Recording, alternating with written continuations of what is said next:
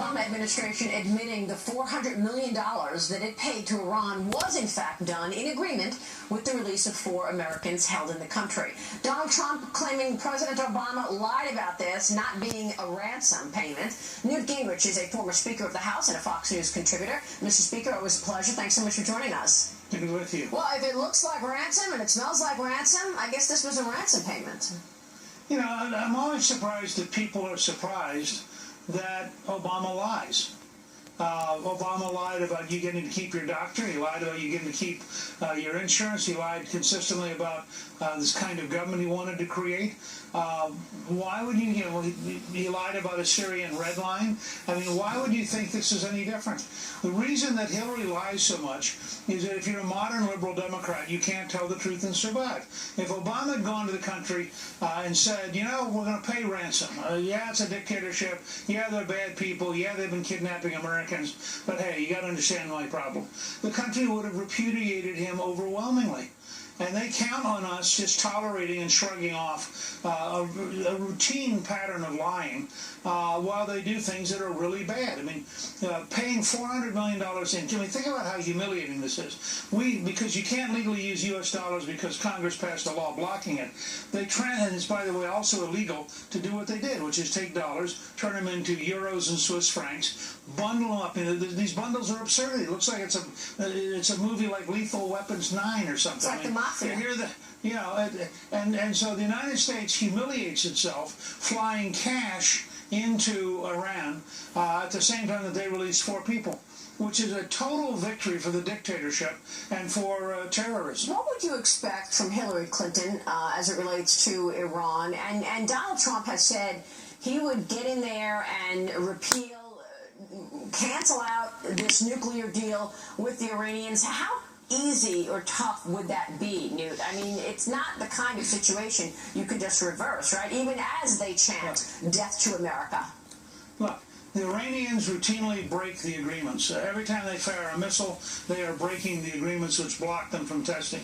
As a relatively intelligent lawyer could find plenty of evidence in the last few months that they have broken the agreement so often that we can vitiate and just drop it and say we're not going to do it. And then what are they going to do?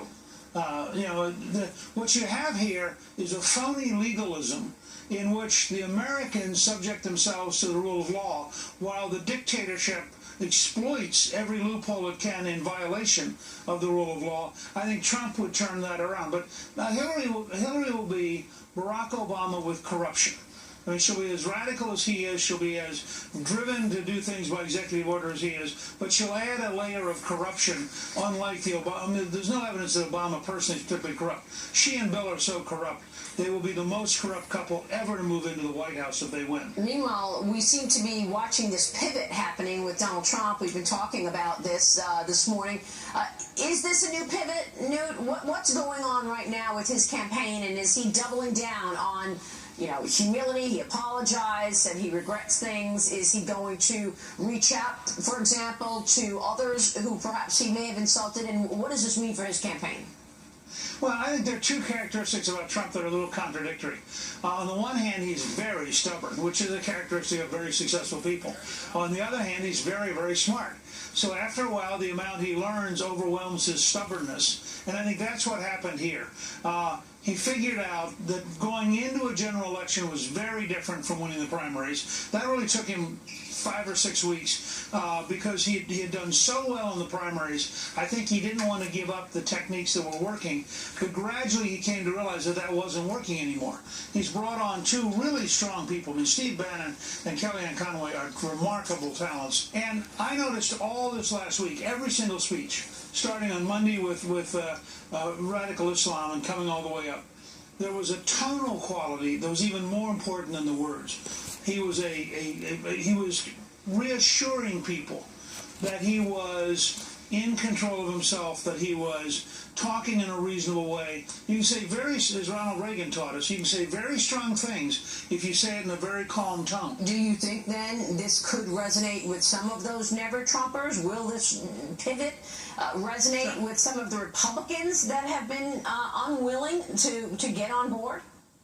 Yeah, I think there are three groups. The skeptics are going to come on board pretty fast just because he's getting to be so controlled and so reassuring, and his ideas are so compelling. They're going to come on fast. There are the sort of personal never-Trumpers who eventually are going to, I think, get over it, particularly as they watch Hillary, and they're going to end up with him. And then there are people who have, as I said a minute ago, if you're a real foreign policy, let's go over there and force democracy everywhere and send another 1 million American troops and do the things we need to do, and to heck with the cost. You shouldn't be for Trump. I mean, Trump's not going to do anything you want him to do. You should be for Hillary, because she's going to be much more likely to get us in the next war than Donald Trump is. Wow. Mr. Speaker, good to speak with you. Thanks so much. Good to meet you. We appreciate it. Newt Gingrich there.